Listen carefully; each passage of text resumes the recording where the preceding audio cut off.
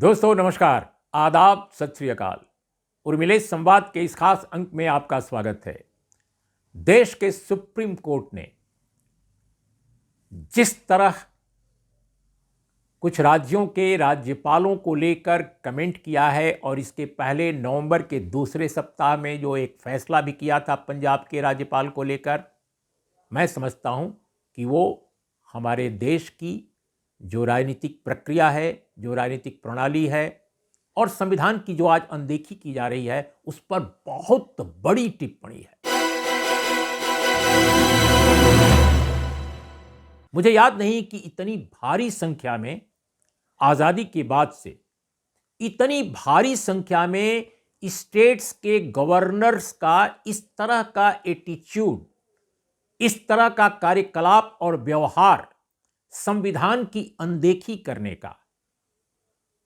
ठीक है, कई राज्यपाल ऐसे थे जो राज्य सरकारों को केंद्र के कहने पर डिसमिस कर देते थे, कई जगह बिल्कुल गलत ढंग की कार्रवाई हुई, लेकिन यह सिलसिलेवार राज्य सरकारों को कमजोर करना, उनके द्वारा पारित विधेयकों को विधानसभा में, विधानमंडल में, दोनों सदनों में उन पर बैठे रहना, ये जो घटनाक्रम है वो इस बेतहाशा ढंग से बढ़े हैं, और वो भी सिर्फ विपक्ष शासित प्रदेशों में, यानी जो केंद्र के विपक्षी दल कहलाते हैं, उनकी जहां जहां राज्यों में सरकारें हैं, सिर्फ उन्हीं राज्यों में राज्यपाल जो हैं इस तरह का कारगुजारी, इस तरह का स्टैंड ले रहे हैं।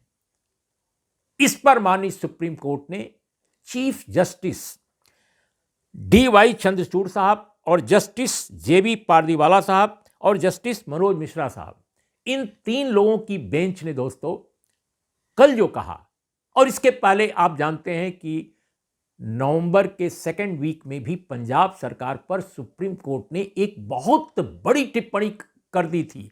टिप्पणी नहीं की, फैसला भी किया, और वो क्या था पहले मैं बता दूं, इसके बाद मैं आता हूं तमिलनाडु और केरल पर। जो कल कहा है सुप्रीम कोर्ट ने पंजाब के बारे में, माननीय सुप्रीम कोर्ट ने कहा कि राज्यपाल महोदय आप आग से खेल रहे हैं, आग से खेल रहे हैं। यह बात सुप्रीम कोर्ट को एक गवर्नर के बारे में कहनी पड़ी। अब आप कल्पना कर सकते हैं कि गवर्नर क्या कर रहे हैं। अब आइए कल के फैसले पर। सुप्रीम कोर्ट ने कल जो अपने ऑब्जर्वेशंस में, अपनी टिप्पणियों में कहा है, उसने कहा है कि तमिलनाडु में राजभवन 2020 से ही लगातार जो विधेयक पारित होते हैं विधानसभा से, उन पर वो बैठे रहता है राजभवन। फिर वो कहते हैं कि राज्यपाल जो अभी हैं RN रवि साहब, उन्होंने नवंबर 2021 में पदभार संभाला था। ये अटॉर्नी जनरल ने सुप्रीम कोर्ट में कहा, लेकिन सुप्रीम कोर्ट केवल एक गवर्नर की बात नहीं कर रहा था, वो राजभवन की पूरी बात कर रहा था। और इसी कॉन्टेक्स्ट में उसने कहा, माननीय सुप्रीम कोर्ट ने, कि हमारे नोटिस के बाद तमिलनाडु के राज्यपाल ने जो ये याचिका पहले से दायर है, इस पर नोटिस गया था, 15 में से 10 पेंडिंग बिल पर फैसला किया है। 15 में से 10 पेंडिंग पर। और आपको याद होगा दोस्तों, तमिलनाडु विधानसभा ने अपना एक विशेष सत्र बुला करके पुनः उन विधेयकों को पारित कर दिया जिन पर वो बैठे हुए थे। ठीक इसी तरह से केरल के राज्यपाल हैं आरिफ मोहम्मद खान साहब। आरिफ मोहम्मद खान साहब जो केरल में जो विधेयक हैं वो 23 महीने से लंबित हैं। बताया जाता है कि जो 8 बिल हैं, 8 विधेयक हैं, 23 महीने से लंबित हैं। अब आप बताइए कि अगर राज्य सरकारें जो निर्वाचित हैं जनता द्वारा, उनको जो संविधान के हिसाब से कानून बनाना है, विधेयक बनाना है अपने समाज के लिए, जनता के लिए, अगर वो विधेयक बना करके मंजूरी के लिए भेजते हैं कि साहब नोटिफाई इसको करना है ताकि ये लागू किया जा सके, अमली जामा पहनाया जा सके, तो केंद्र के नुमाइंदे के तौर पर राज्यपाल का क्या फर्ज है? राज्यपाल क्या उस पर बैठे रहेगा केवल, या उसको आगे बढ़ाएगा?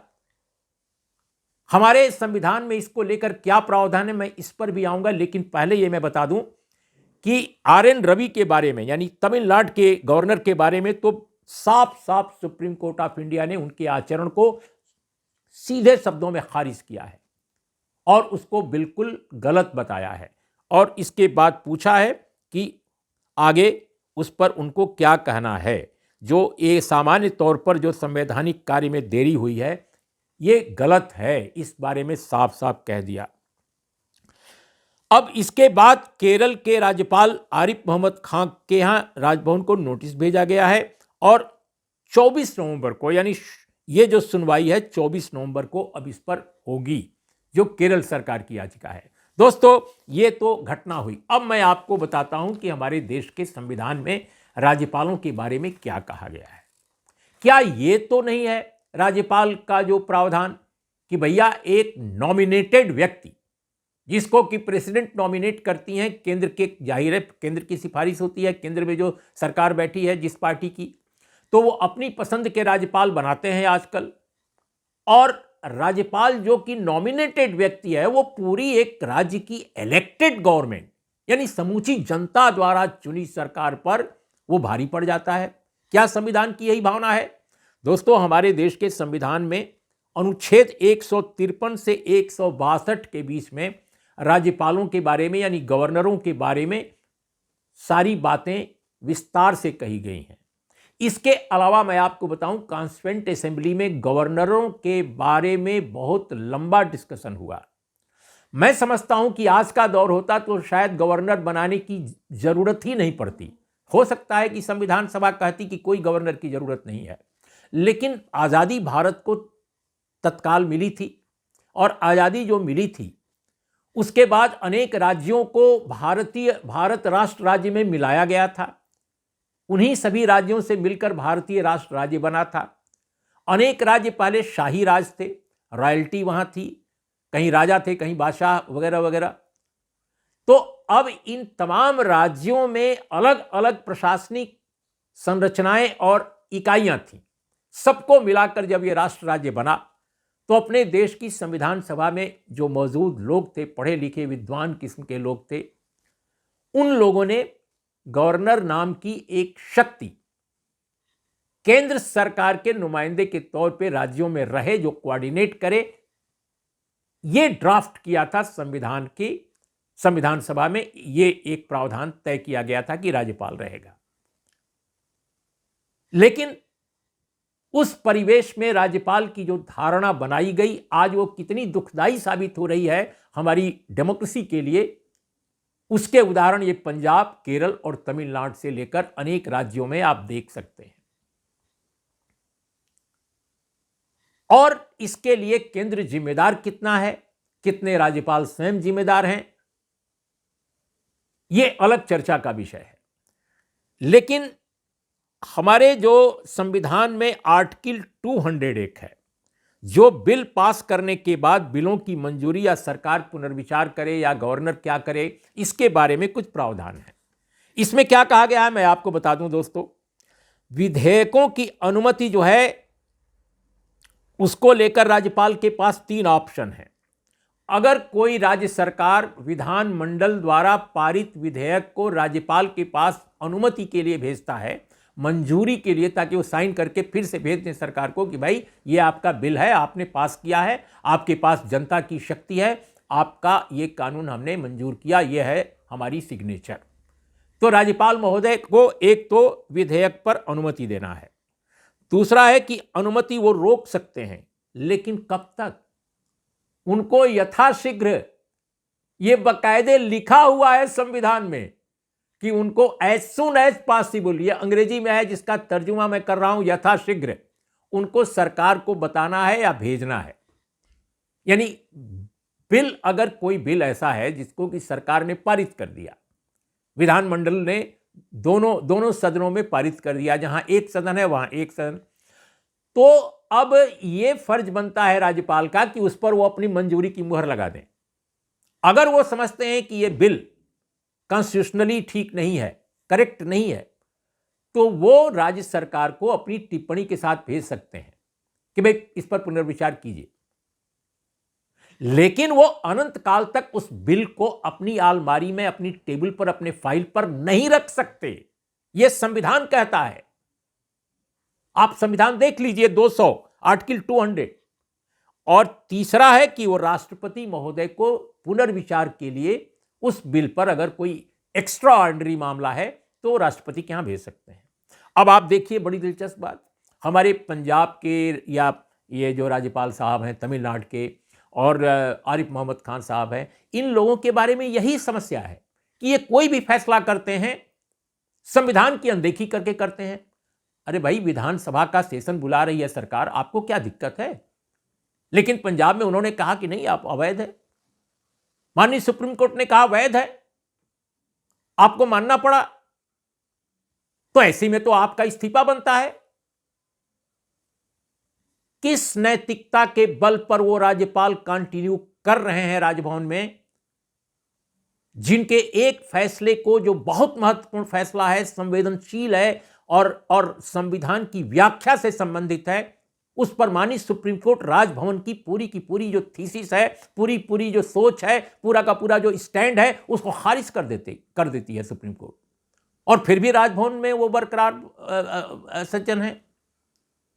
इसी तरह से दोस्तों, रवि साहब तमिलनाडु के गवर्नर, वो न जाने कितने दिनों से बिल पर बैठे। तमिलनाडु सरकार बार बार गुजारिश कर रही है, बार बार उनसे कह रही है कि भैया अब तो पास कर दीजिए महामहिम जी, लेकिन नहीं। जब सुप्रीम कोर्ट में केस जाता है तब कुछ बिल पर विचार करते हैं और इसके बाद भी पेंडिंग रहती हैं चीजें। वही हाल आरिफ मोहम्मद खान साहब, जो केरल के राज्यपाल हैं।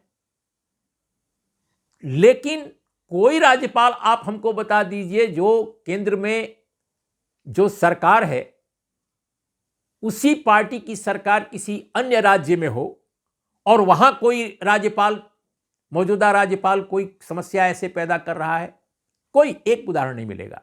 तो समस्या वहीं पैदा की जा रही है जहां पर राज्य में कोई ऐसी सरकार है जो केंद्र की राजनीति में विपक्षी दलों द्वारा संचालित है। इसका क्या मतलब हुआ?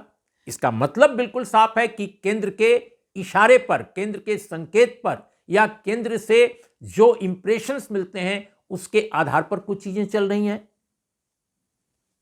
तो हमारा यह कहना है कि राज्यपाल का जो भारत का संविधान कहता है, उसकी जो कमिटमेंट है, उसकी जो जवाबदेही है, भारत के संविधान के प्रति है, केंद्र की सरकार के प्रति नहीं है। केंद्र की सरकार में बैठी हुई पॉलिटिकल पार्टी के लिए जवाबदेही नहीं है, जवाबदेही भारत के संविधान के प्रति है और वो डिफाइन की गई है आर्टिकल 153 और 162 के तहत। बिलों के लिए जो विधेयक हैं, जो कानून पास किए जाते हैं, उन पर क्या हो, ये आर्टिकल 200 से लेकर के अन्य कई आर्टिकल्स में इस पर बहुत विस्तार से कहा गया है। दोस्तों, ये मैंने आपको बताया कि यथाशीघ्र भेजना है गवर्नर को अनुमति या नहीं, लेकिन गवर्नर फिर क्यों रखते हैं अपने पास अपने बिल, उन बिल्स को, उन विधेयकों को, ताकि सरकार कुछ न कर सके। क्योंकि अगर आप सरकार को वापस भेज देते हैं तो वह विधानसभा में फिर से पुनर्विचार करके उसको फिर आपके पास भेज देंगे और तब आपको साइन करना पड़ेगा। कितने देर तक रोकते आप? लेकिन आपने एक टैक्टिस एडॉप्ट कर ली है कि हम इन बिल्स पर बैठे रहेंगे, हम भेजेंगे ही नहीं। मुझे लगता है यह संविधान का अपमान है, यह संविधान का निषेध है। और यह जो पहलू है, मैं समझता हूं कि जो कॉन्स्टिट्यूशनल प्रक्रिया, प्रोसेस है और जो मॉरलिटी है, दोनों को खंडित करती है। मुझे लगता है कि इसी थॉट की रोशनी में माननीय सर्वोच्च न्यायालय ने, सुप्रीम कोर्ट ऑफ इंडिया ने इन गवर्नरों पर इस तरह की टिप्पणी की है। आमतौर पे गवर्नरों पर इस तरह की टिप्पणी कोर्ट से नहीं आती रही है। ये हाल के दिनों में ये एक नई स्थिति आई है। देखिए, गवर्नर जो है ऐसा करके अपने ही शपथ ग्रहण के परिपत्र में लिखित शब्दों का अपमान कर रहे हैं। आप उनके गवर्नर साहब लोग शपथ ग्रहण में जो पढ़ते हैं, आप उसको देख लीजिए तो आप पाएंगे कि उस कॉन्स्टिट्यूशनल वैल्यूज को, उस मॉरलिटी का ऐसा जो फैसला ये लोग कर रहे हैं, राज्यों द्वारा पारित प्रस्तावों को, विधेयकों को, संकल्पों को न अनुमति देने का या उन पर बैठे रहने का, ऐसा करके वे उस मॉरलिटी का, उस वैल्यू सिस्टम का ये निषेध कर रहे हैं। बिल्कुल आखिर में दोस्तों, कि ये जो स्थिति बन रही है, इस पर मुझे डॉक्टर B.R. अम्बेडकर, भारत के संविधान के निर्माण की जो प्रारूप समिति थी उसके चेयरमैन और भारत के पहले कानून मंत्री, उनका एक बहुत महत्वपूर्ण वक्तव्य याद आ रहा है। Doctor B.R. अम्बेडकर ने कहा था अपने एक भाषण में, बहुत महत्वपूर्ण भाषण था संभवतः आखिरी भाषण, और उसमें कहा था, कॉन्स्टिट्यूएंट असेंबली में आखिरी भाषण, कि अगर हम संवैधानिक प्रक्रिया को, उन्होंने एक चर्चा की थी कि संविधान हमारा अच्छा बना है, लेकिन अगर इसको चलाने वाले, इसके तहत सरकार या शासन को चलाने वाले लोग अगर इसकी अवहेलना करेंगे, अगर वो ठीक से काम नहीं करेंगे, तो इस संविधान का, इस शानदार अच्छे संविधान का, कंपैरेटिवली बेटर संविधान का कोई मतलब नहीं रह जाएगा। उनके कहने का लब्बो-लुबाब ये था। आज वही हो रहा है। हमारे पास संविधान तो अच्छा है, लेकिन सरकारें जिस तरह संविधान को एग्जीक्यूट और इंप्लीमेंट कर रही हैं, समस्या वहां है। तो डॉक्टर अंबेडकर ने यह कहा कि अगर संवैधानिक प्रक्रिया को नहीं फॉलो करेंगे शासक या शासन में रहने वाली शक्तियां या इकाइयां, तो देश में संवैधानिक स्तर पर एक अराजकता, प्रशासनिक स्तर पर एक तरह की अराजकता फैल जाएगी और हमारी पूरी की पूरी व्यवस्था चरमरा जाएगी। दोस्तों, आज यही स्थिति सामने है। संवैधानिक प्रक्रिया वाकई चरमरा रही है। अब आप देखिए ना, जो ईडी, सीबीआई, इस तरह की जो एजेंसियां हैं, सिर्फ विपक्ष के लोगों पर 96% जो है विपक्ष के लोग हैं जिन पर वो छापे डालती हैं, और जो शेष 3-4% लोग हैं वो अलग अलग समूहों के प्रोफेशनल्स हैं। नियम कानून का पालन बिल्कुल नहीं हो रहा है। नियम कानून को सरकार में बैठे हुए राजनीतिक जो शक्तियां हैं वो अपने ढंग से व्याख्यात कर रही हैं, वरना ये से कैसे हो सकता था? मेरा यही सवाल है। इस सवाल का कोई जवाब दे और मुझे गलत साबित करे कि भाई सत्ताधारी जो दल केंद्र में है, उसी दल की जो राज्य सरकारें हैं, गवर्नर साहब लोग वहां क्यों नहीं बिल पर बैठे हुए हैं? वहां क्यों नहीं अड़ंगा लगा रहे हैं? अड़ंगा वहीं लगा रहे हैं जहां पर केंद्र की सरकार के विपक्षी जो लोग हैं केंद्र में, उनकी कहीं राज्य में सरकारें हैं, चाहे वो केरल में लेफ्ट की हो, चाहे वो तमिलनाडु में डीएमके की हो, चाहे वो पंजाब में आम आदमी पार्टी की सरकार हो। ऐसी ही जगहों पर पंजाब माने राज्यपाल जो महोदय लोग हैं अड़ंगा लगा रहे हैं, संवैधानिक प्रक्रिया को बाधित कर रहे हैं। मुझे लगता है कि यह हैरतअंगेज है। अब देखना है कि शुक्रवार को हमारे देश की माननीय सुप्रीम कोर्ट क्या बोलती है, क्या फैसला करती है। लेकिन इतनी टिप्पणियों के बाद इन राज्यपालों को जरूर सोचना चाहिए अपने भविष्य के बारे में और अपने कर्तव्य के बारे में। नमस्कार, आदाब, सत श्री अकाल।